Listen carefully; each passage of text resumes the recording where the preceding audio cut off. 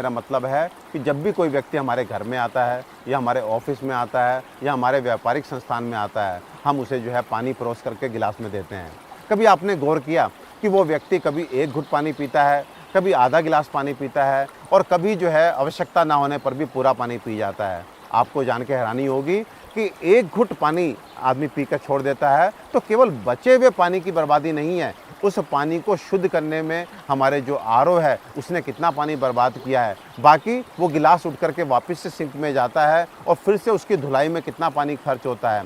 और साथ में जो व्यक्ति प्यास ना होने पर भी पानी को पी जाता है क्योंकि उसके शरीर की आवश्यकता नहीं थी, इसलिए आधे घंटे बाद 1 घंटे बाद शरीर जो है मूत्र के रूप में उस पानी को निकाल देता है। उसके बाद फ्लश करना, हाथ धोना इत्यादि यदि हम सबको जोड़ें तो आपको जान के हैरानी होगी कि यदि हमारे देश में हम कुल परिवारों की संख्या देखें, व्यापारिक संस्थानों की संख्या देखें तो लगभग 30 करोड़ जगह ये काम यदि एक बार भी दिन में होता हो तो ये आंकड़ा 300 करोड़ लीटर पीने योग्य पानी की बर्बादी का बैठता है। तो भाइयों, मैं आपसे कहना चाहता हूँ कि आप मेहमान नवाजी का तरीका बदलें, यानी कि जिस तरह आप किसी को खाने पे बुलाते हैं और डाइनिंग टेबल पे आप सब्जी का, दाल का, सलाद का आप बाउल रख के उसके सामने खाली प्लेट रख करके जो है उसको स्वतंत्र छोड़ते हैं कि वो अपनी इच्छा के अनुसार जो है कितनी मात्रा में खाना है, कौन सी चीज़ खानी आप स्वतंत्र छोड़ते हैं। और आपसे एक बात पूछता हूँ, यदि वो व्यक्ति जो है आधी कटोरी सब्जी, आधी कटोरी दाल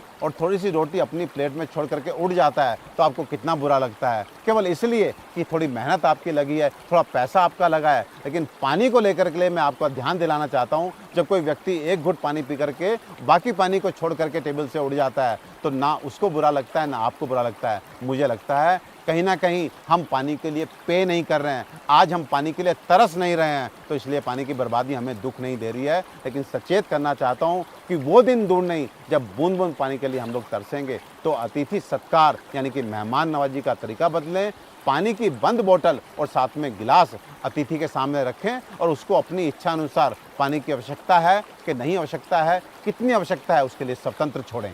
भाइयों, किस बात का इंतजार कर रहे हैं? आखिर कब तक सरकारों को कोसते रहेंगे? कौन सा सामाजिक संगठन हमारी मदद कर पाएगा?